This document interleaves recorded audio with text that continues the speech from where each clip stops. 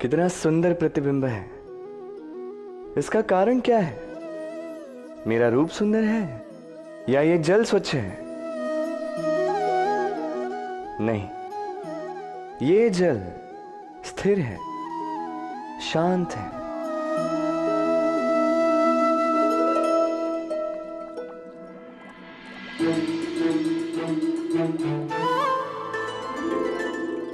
अंतर देख रहे हैं आप? वही जल है, वही रूप है, किंतु ये स्थिर नहीं है, शांत नहीं है, और इसी कारण मैं अपना प्रतिबिंब इसमें नहीं देख पा रहा हूं। क्रोध के साथ भी यही होता है। यदि आप स्थिर हैं, शांत हैं, तो आप आपकी आत्मा को देख, सुन और समझ पाओगे, किंतु क्रोध इस आत्मा की पुकार को पी जाता है। इसलिए अपने क्रोध पर वश रखें। कहीं ऐसा ना हो कि मूर्खता के कारण जन्मा ये क्रोध आपको पश्चाताप के अंत तक ले जाए। राधे राधे।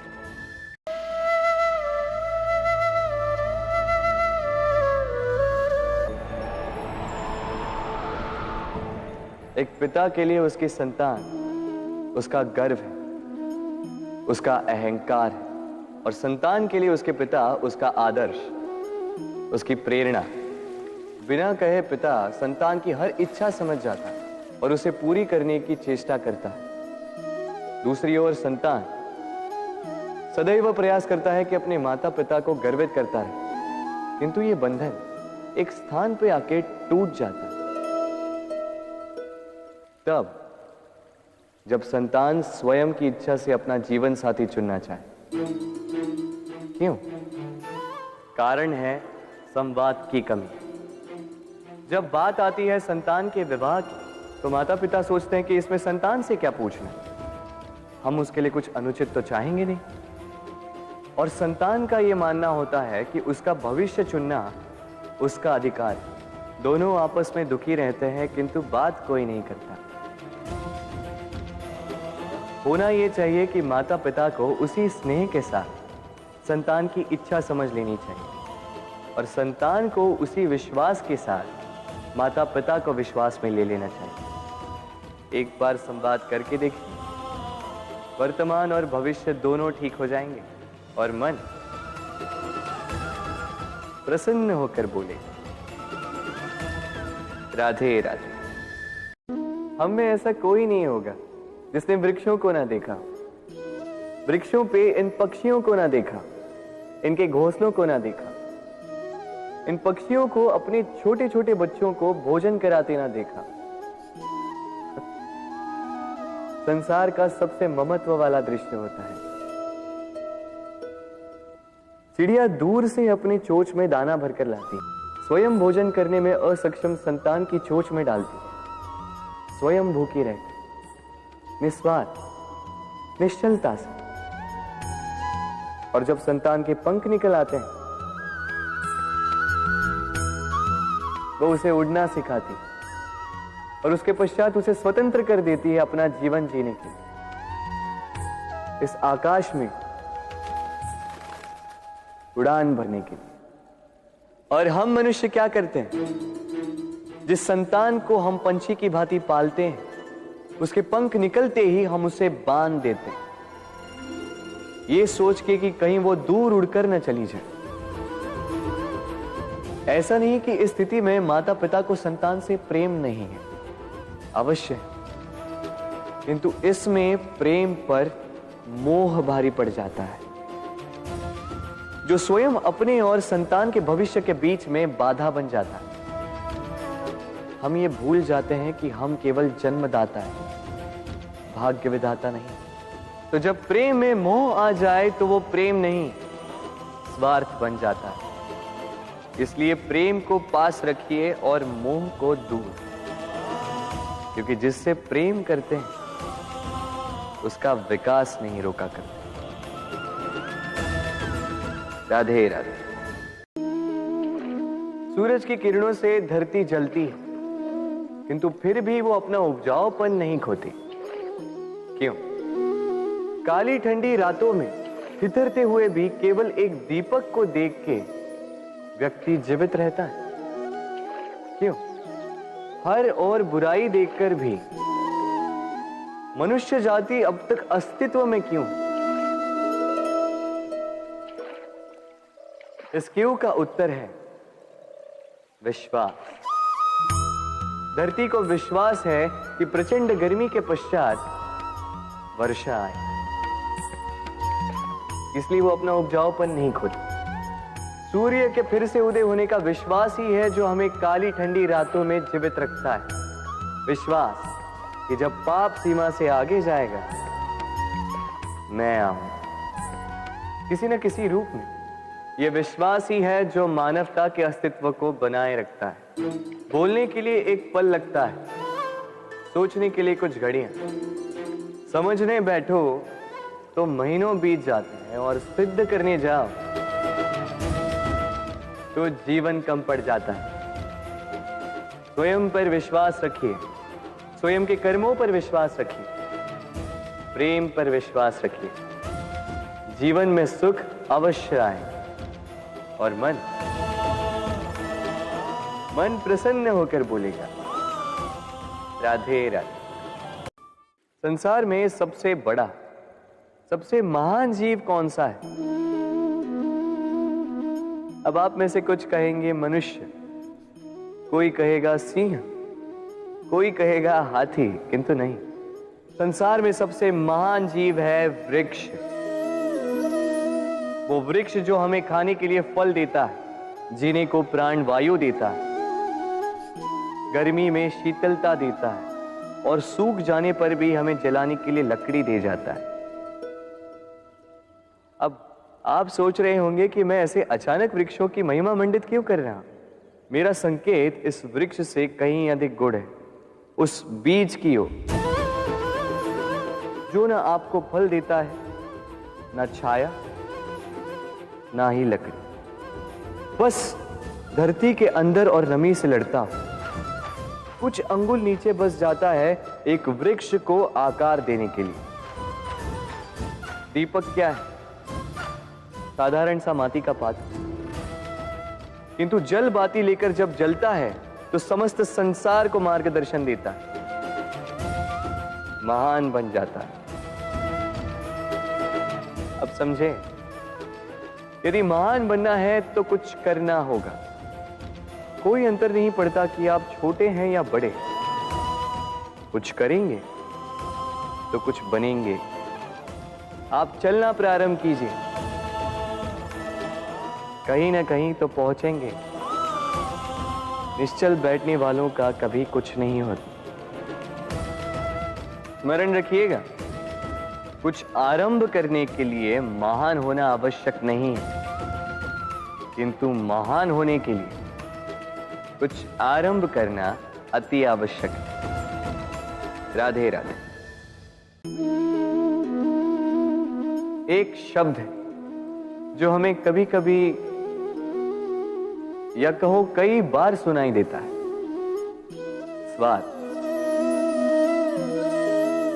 वो व्यक्ति स्वार्थी है, उसने स्वार्थ में आके ये बुरा कर्म कर दिया, आदि इत्यादि। देखा जाए तो संसार स्वार्थ को पाप का मूल मानने लगा, परंतु क्या स्वार्थ सच में बुरा है?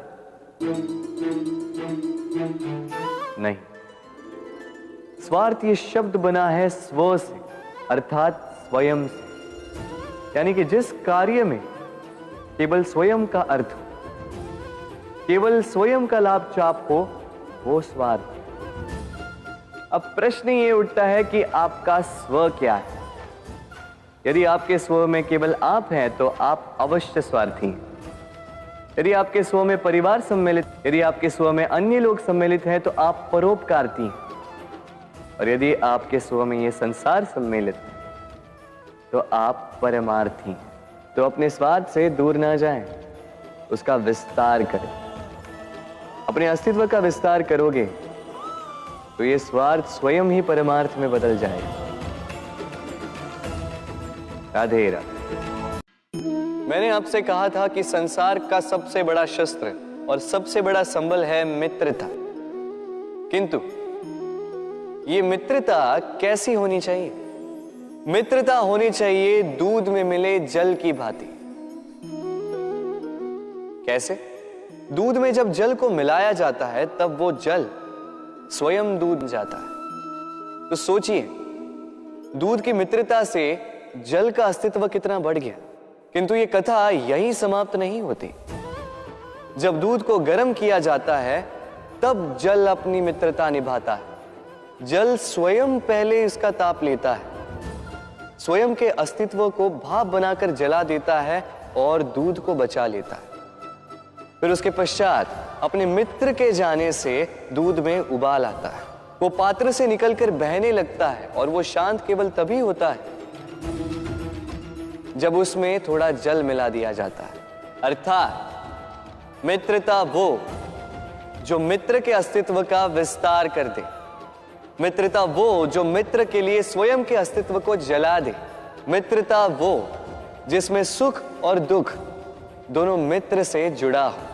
तो ऐसे मित्र बनाओ जिसके समक्ष कुबेर का कोष भी फीका पड़ जाए। राधे राधे। भूल और मनुष्य, इन दोनों का संबंध कुछ वैसा है जैसा पंख और चिड़िया का, जैसा धारा और नदिया का। यदि भूल मनुष्य के स्वभाव का इतना महत्वपूर्ण अंग है तो आप सोचिए, इस पर लज्जा क्यों? इस पर लज्जा करना ठीक है ही नहीं। वैसे देखा जाए तो भूल हमें स्वयं को और श्रेष्ठ बनाने का अवसर देती है, पहले से अच्छा प्रदर्शन करने की प्रेरणा देती है। अब कदाचित आप में से कुछ इस बात से सहमत नहीं हो, क्योंकि बहुतों की दृष्टि में भूल दोष को जन्म देती है, दोष अपराध को, और अपराध के लिए क्षमा नहीं दंड मिलना चाहिए। किंतु क्या आपने कभी सोचा है कि ऐसा क्यों होता है? क्या कारण है इसका?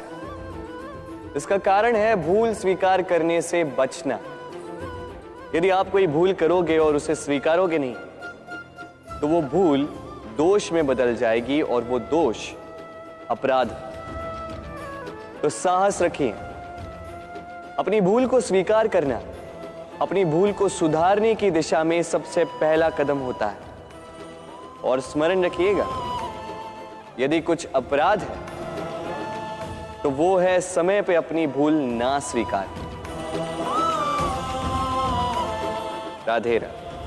व्यक्ति किसी और वस्तु या भाव से परिचित हो ना हो, भय और भविष्य दोनों ही व्यक्ति के मन में सदैव रहते हैं, जिनका अस्तित्व व्यक्ति के अस्तित्व पे भारी रहता है।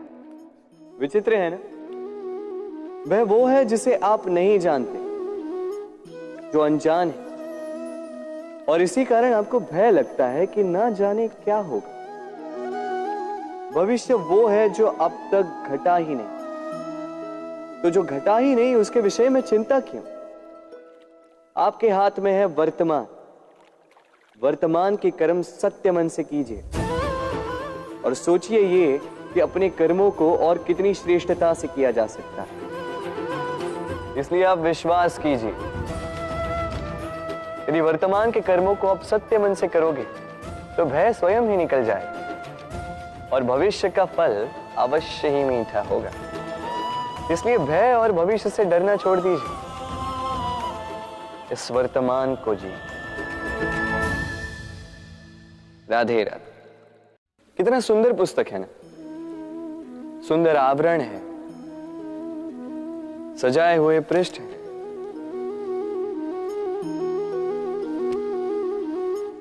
किंतु क्या ये सत्य में अद्भुत पुस्तक कहलाने की पात्र है? क्या इसमें जो लिखा है वो सत्य है, प्रेरणादायी है, हमारे लिए मूल्यवान है? कैसे निश्चय लिया जाए इस बात का? अब आप सोचेंगे कि सीधी सी बात है, आवरण को देख के पुस्तक की गुणवत्ता कैसे जानी जा सकती है? इसके लिए तो आपको उसे पढ़ना होगा, उसे समझना होगा, समय देना होगा, है ना? बिल्कुल उचित सोच रहे हैं आप। बस आश्चर्य की बात यह है कि पुस्तक के विषय में आप ये सारी बातें जानते हैं, किंतु किसी व्यक्ति के विषय में आप ये सारी बातें मन में नहीं लाते। व्यक्ति का मूल्यांकन भी उसके वस्त्रों से, उसके शारीरिक रूप से या उसकी सुंदरता से नहीं किया जा सकता। उसके लिए आपको उस व्यक्ति को पढ़ना होगा, उसे समझना होगा, उसे समय देना होगा। पर हम क्या करते हैं? पहनावे, रंग, सुंदरता को देखकर आकर्षित हो जाते हैं, उसे प्रेम समझ बैठते हैं, और आए दिन कोई ना कोई ये कहते सुनाई देता है कि उसकी प्रेम कहानी सफल नहीं हो पाई, उसे छल मिला। किंतु इसमें दोष किसी और का नहीं, स्वयं आपका है। आपने उस व्यक्ति को समय नहीं दिया, आपने उस व्यक्ति के विचार नहीं परखे। प्रेम 2 क्षण में बनने वाला पकवान नहीं है। इसका स्वाद चखने के लिए आपको जीवन भर का समय देना पड़ेगा। तो समय दीजिए, एक दूसरे के रूप से नहीं, आत्मा से जुड़ी। निश्चित ही मन प्रसन्नता से कह उठेगा, राधे राधे।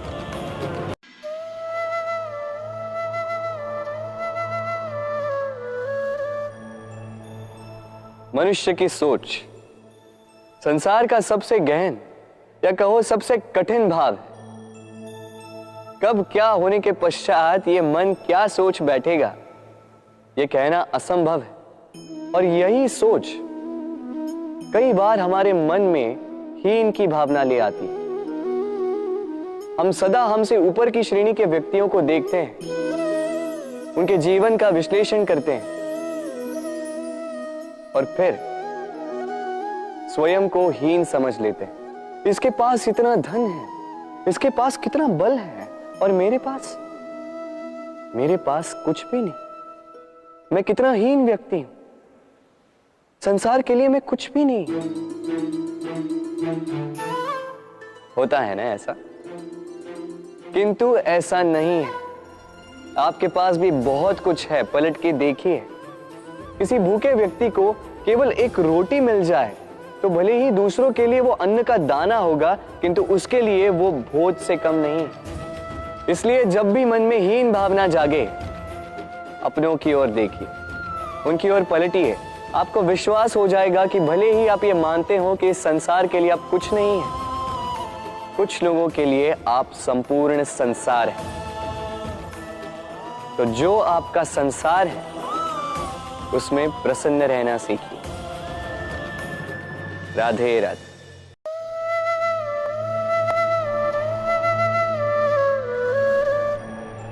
असमंजस में होंगे ना कि मैं क्या कर रहा हूं, क्या लिख रहा हूं, देखना चाहेंगे? अब आप सोच रहे होंगे कि मैं माटी पे माटी क्यों लिख रहा हूं। इसके पीछे एक बड़ा कारण, किंतु वो बताने से पूर्व तनिक मुझे पानी पे पानी तो लिखने दीजिए।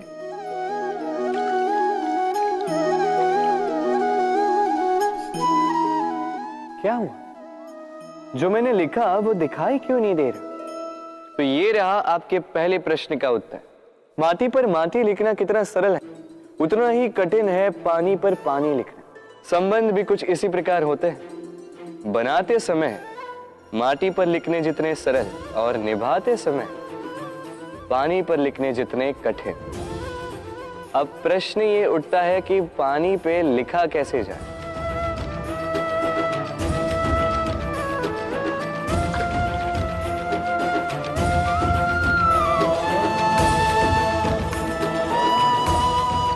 इस प्रकार ये पाषाण जल की सतह से होते हुए जल में समा गए। ठीक इसी प्रकार हमें बना है। इस पाषाण की भांति निष्ठा से गहराई में जाओ, संबंध कभी नहीं बिखरेंगे। राधे राधे। ग्रंथों में लिखा गया है कि यदि मनुष्य मौन रहना सीख ले तो उसकी अधिकांश समस्याएं स्वयं ही समाप्त हो जाती हैं। और सत्य में मौन में बड़ी शक्ति होती है, बड़ा बल होता है। किंतु वो बल किस काम का जो समय आने पर आपके काम ही ना आए? क्या सदा मौन रहना उचित है? नहीं। इतिहास साक्षी है, संसार में अधिक विपदाएं इसलिए आई क्योंकि समय पड़ने पर मनुष्य उसका विरोध नहीं कर पाया, मौन रह गए। यदि मौन रहना शस्त्र है तो उसका सही समय पर उपयोग करना भी आवश्यक है। यदि अकारण मौन रहोगे तो बुरे तत्व उसे सहमति समझ लेते, फिर धीरे धीरे वो आपका स्वभाव बन जाता है, आपका अभ्यास हो जाता है और फिर आपका व्यक्तित्व एक साधारण से पाषाण के भांति बन जाता है। अपनी वाणी का आवश्यकता पड़ने पर सदुपयोग कीजिए। वाणी को कब वश में रखना है और कब मौन नहीं रहना है, इससे भी अधिक महत्वपूर्ण है ये समझना कि उसे कब तोड़ना है। राधे राधे। जीवन में हम कई लोगों से मिलते हैं। आप भी ऐसे कई लोगों से मिले होंगे जिन्होंने स्वयं को असफल मान लिया, निराश हो चुके, जिन्होंने ये स्वीकार कर लिया है कि इस जीवन में उनसे कोई कार्य हो ही नहीं पाए, वो कुछ कर ही नहीं सकते, किसी कार्य के वो योग्य ही नहीं। किंतु ऐसा नहीं, इस संसार में ऐसा कुछ भी नहीं है जो योग्य नहीं है। कोई ऐसा अक्षर नहीं है जो किसी मंत्र का भाग ना, कोई ऐसी जड़ी बूटी नहीं है जो औषधि ना, कोई ऐसा विष नहीं है जो समय आने पर अमृत ना बन जाए। और इसी प्रकार कोई व्यक्ति अयोग्य नहीं होता, उसे अयोग्य बनाती है उसकी सोच। इसलिए स्वयं को जानो, जान जाओगे कि आप क्या, अपने अंतर्मन को जगाएं। आप देखेंगे कि जिस संसार की नींव ही बनी है आशा से, उस संसार में निराशा, हताशा और हार जैसा कोई भाव अस्तित्व ही नहीं रखता। राधे राधे। यदा यदा हि धर्मस्य ग्लानिर्भवति भारत अभ्युत्थानम् अधर्मस्य तदात्मानं सृजाम्यहम्। जब जब धरती पर पाप बढ़ता है, धर्म की हानि होती है, तब तब मैं आता। ये तो आप सब जानते हैं, किंतु क्या आपने कभी सोचा है कि क्यों मैं इस धरा का जीव बनकर ही अवतरित होता, क्यों मैं मनुष्य के रूप में आपके बीच में रहता? आज बताता हूं। संसार में पाप और पुण्य संतुलन में चलते हैं, किंतु जब पाप सीमा से आगे बढ़ जाता है, मुझे आना ही होता। कारण यह है कि आप मुझे भुला देते। चौकिए मन, मैं आप ही में बसता हूं। बस आप स्वयं के भीतर बसे परमात्मा को भूलने लगते। इसीलिए मुझे आना पड़ता है आपको ये बताने कि सारी शक्ति आप में ही समाहित है। पर आप क्या करते हैं? मेरा सम्मान करते, मुझे पूछते, मुझसे शक्ति मांगने लगते, भांति भांति की इच्छाएं मेरे सामने रखते। मुझे आपकी श्रद्धा से कोई आपत्ति नहीं, मुझे आपत्ति है उस भाव से जो आपको दुर्बल बनाता है। परमात्मा में श्रद्धा रखिए, किंतु स्वयं की आत्मा पर भी विश्वास कीजिए, क्योंकि इस संसार में ऐसा कुछ भी नहीं है जो आप नहीं कर सकते। हर नर में नारायण बसते हैं और हर नारी में लक्ष्मी। तो पहचानिए अपने भीतर के नारायण को और बदल दीजिए इस समय के चक्र को। मुझे प्रसन्नता होगी कि मेरे अवतार लेने का वास्तविक प्रयोजन आपको समझ आए। तो शंका त्याग कर शंकर बन जाइए, अन्यथा कंकड़ के समान रहना हो। राधे राधे।